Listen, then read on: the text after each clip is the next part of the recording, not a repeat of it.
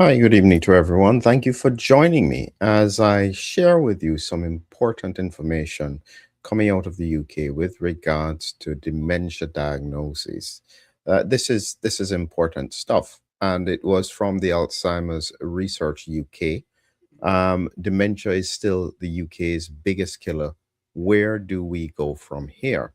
So, this was published just a few days ago, looking at the amount of people who died in relation to dementia.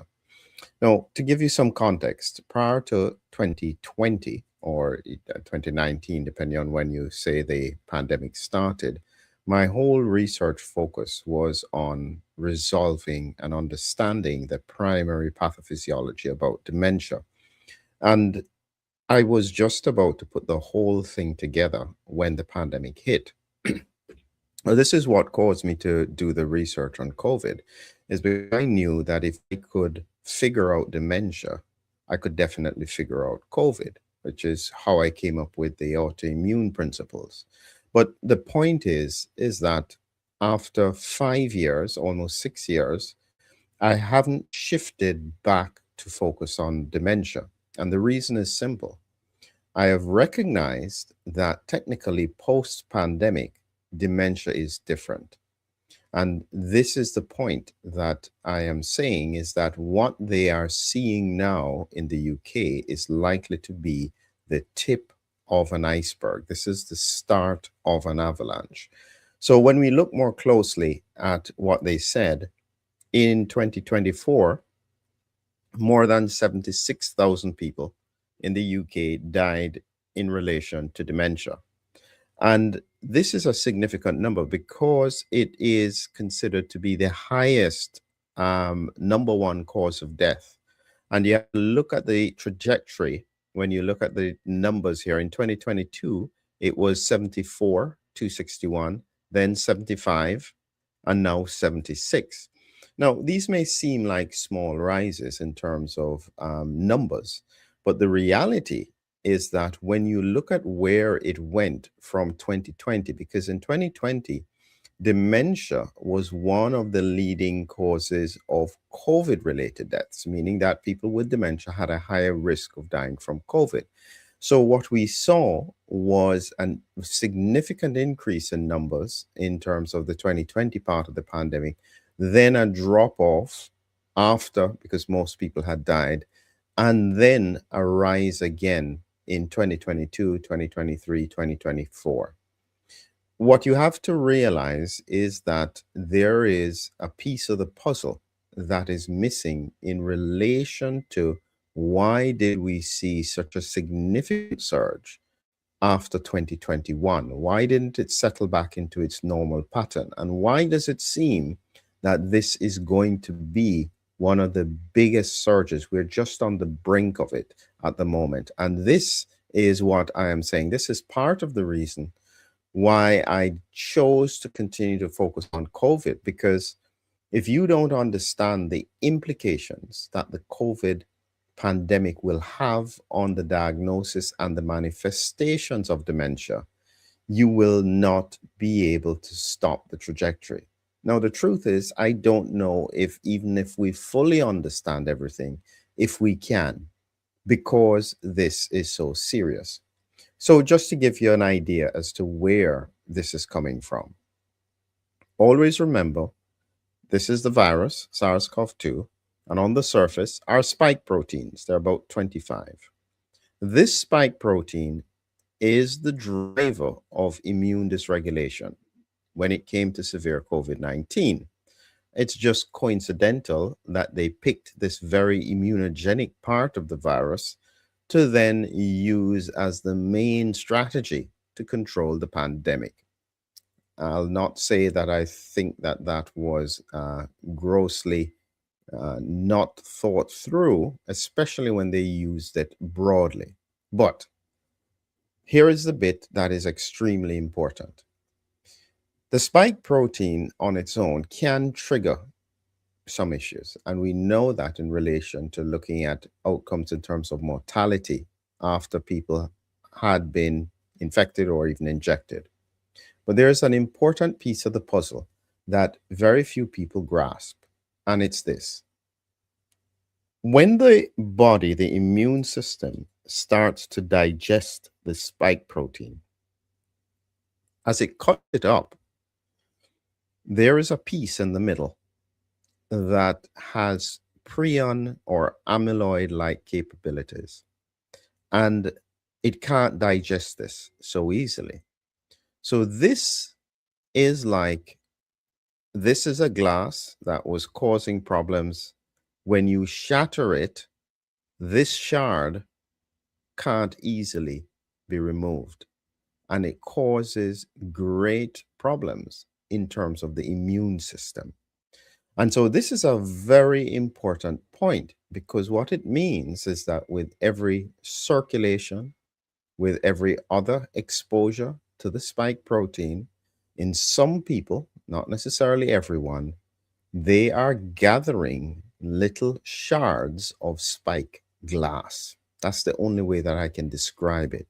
These little shards are building up and they trigger all kinds of problems, including things like netosis, where the immune system, these neutrophils, will then break out and form little traps. And this is part of the reason why so many people are walking around with little clots circulating inside of them, because the immune system is doing its best to try and control this very serious issue. Now, when it comes to the implications of that, this is now where I take you down a road that is extremely concerning. And this is where it's linked in my mind to dementia. Once you understand that for many cases of dementia, it's all about the amyloid deposition in the brain, and the brain is struggling to be able to clear this amyloid. So anything that predisposes or accelerates the amyloid is going to worsen or speed up the diagnosis or presentation of dementia. So when we look at what happens in terms of the brain, this is an example of what we call a neurovascular unit. This is the blood vessel, and on the surface of the blood vessel are cells that we call pericytes. And these make like a surrounding, they make a wrap around the blood vessel. And the blood vessel has very tight junctions, so nothing should get through that it doesn't want. And then on the outside of it, you have astrocyte end feet. This is a very, very sophisticated system. And the reason it's there is because the brain is a very privileged site. Nothing that should not be there is allowed in the brain because it doesn't have a very active immune system, and any kind of immune response in the brain tends to lead to damage. And so the brain protects itself mainly by closing the doors, putting that barrier in place, that almost a vault. It locks the vault so that you can't easily get in. Now, there's a condition called cerebral amyloid angiopathy. And I think that this is going to be the piece of the puzzle that we're going to see more and more. What is happening here in this section of our brain is that wherever you see these little black dots on a very special MRI sequence called the SWI, you will see where there are accumulations of amyloid around blood vessels, which shows up as these tiny little dots. The reason it's relevant is because these dots weaken blood vessels and therefore they can bleed. So the patients who have them oftentimes are at risk of bleeding, and that's why it's relevant. However, it's an indication of the fact that amyloid is being deposited in and around the blood vessels. And when we think of that shard of the spike protein, that piece that's so difficult to digest, that is going to get deposited as well in these blood vessels. And it will look something like this. So normally you have some amyloid deposition around the blood vessel. This is stage 1 of the amyloid angiopathy. And in stage 2, you can see more is there and the blood vessel is not as reactive. Stage 3 is where it's all around. There is no bleeding, but look carefully, cognitive impairment. And then in stage 4, these start to bleed along with cognitive impairment. So this bit is the first part, and this bleeding follows along. So the two are combined together. And this is the reason why I'm predicting that these numbers are just the beginning of a massive surge in dementia cases. And you know what? I think these cases are being undercounted. And the reason I say that is that certainly in the UK, the time frame for someone who has seen that there are issues with a loved one, parent, or relative and refers them to the memory clinic, it doesn't happen immediately. And so there is a time lag.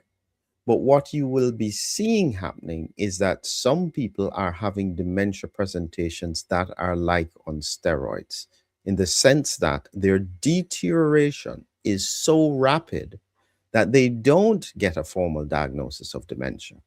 And so, in reality, I predict that the numbers are way higher than they even realize. Additionally, when we look at the pathophysiology, these shards spike. You could call it like a prion. For the time being, we'll call it just amyloid triggering. And what then happens is that it will get inside, break through this very protective blood brain barrier. So, this is what it would look like in the cross section. Normally, nothing gets past this. But because of the damage, you start to have deposition on the inside, just around the blood vessels. This then weakens them. This increases the pressure on the brain with amyloid deposition, causing dementia, and also increases the risk of bleeding in the brain. This combination of factors, when we take into consideration that there have been about 5 years of exposure to spike protein from multiple sources, this in no way is going to be easy to resolve. And this is part of the reason why I continued to focus on COVID rather than focusing simply on dementia. Because if you don't understand this, if you have no way to mitigate this, there is nothing, no drug, no therapy is going to work. And this is part of the reason why I could predict that almost any attempt based on prior research before 2020, if they try any research on dementia now, it will not work. And it's simply because they are basing their research on a previous paradigm. We are in a completely different world at the moment. The way how disease presentation is going, it requires a completely different way of thinking. So when we look at it and we think about these numbers, and when we realize the implications of these numbers, because as you can see from this figure here from the Alzheimer's Research UK, dementia is the number one cause of death, higher than heart disease, COPD, strokes, lung cancer. And I anticipate that this is the one that is going to escalate off the scale in the next few years. There is no easy way I can think of at the moment to resolve this, because I understood dementia before. I understood the issues with regards to amyloid deposition and why amyloid was being formed, and the mechanisms that we could use to try and resolve that and protect the mitochondria in the brain. All of that I've had to put on the back burner because something so serious has occurred that it literally makes the previous concerns we had about pathophysiology child's play. This is how serious it is. And I don't know what to tell you at the moment because we're still trying to find solutions. I'm still trying to understand how we can mitigate this trajectory of disease. At least I understand that this is going to be complicated. At least I'm aware that the standard thoughts and paradigms are unlikely to occur or to work. But for those who continue to pretend that we are anywhere in a normal situation pre pandemic, this is what the whole scientific and medical community is doing now. They're trying to get back to pre pandemic periods. I can tell you, at least certainly for dementia and many other diseases, there is no going back. We are going to have to figure this out, start again, and understand a new disease paradigm, something we had not seen before. This is effectively where we are, and there is no easy way to get through it. All I can say is that to stay ahead of the science, stay on top of what's going on, be aware of the complexities, and get sucked into thinking that things are just the way they were. This is a new world. And the only way that I can find these answers is by autopsies, which they're still not doing. They don't want to know, because I guarantee you, if they ever start to do autopsies with brain biopsies and they stain for which part of the spike protein is going to be stuck in these blood vessels causing this kind of damage, they don't want to know, because the implications are so serious. But there will be answers, there will be solutions. And the most important thing, as usual, please reduce your risk of getting infected this winter. As you go about your Christmas activities, protect, protect, protect. Hum away, use the science, try and see if you can reduce your risk of systemic exposure to spike protein. We can do this, but it will take some time. Have a great evening.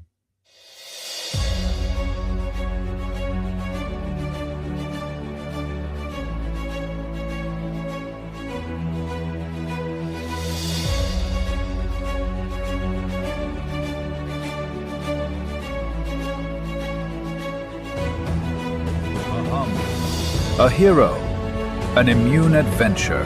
Humming Heroes, your lyrical guide to the body's defenders. Now on Amazon. Check the links below.